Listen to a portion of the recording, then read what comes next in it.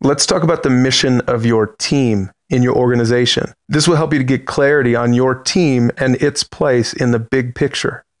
Here's the first thing. Make sure you get the big mission. You know, the mission for the entire organization.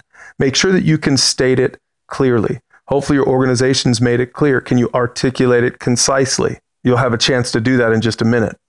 You've got to take the time to talk about it. Make sure that you understand it. Ask the right questions and get everyone on the same page. And once you get the big mission, then you can get the team mission. Now, the team is just one part of the whole, but its mission is still critically important.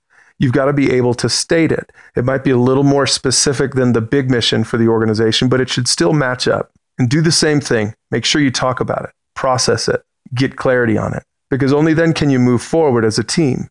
Individuals can decide if they're on board or not.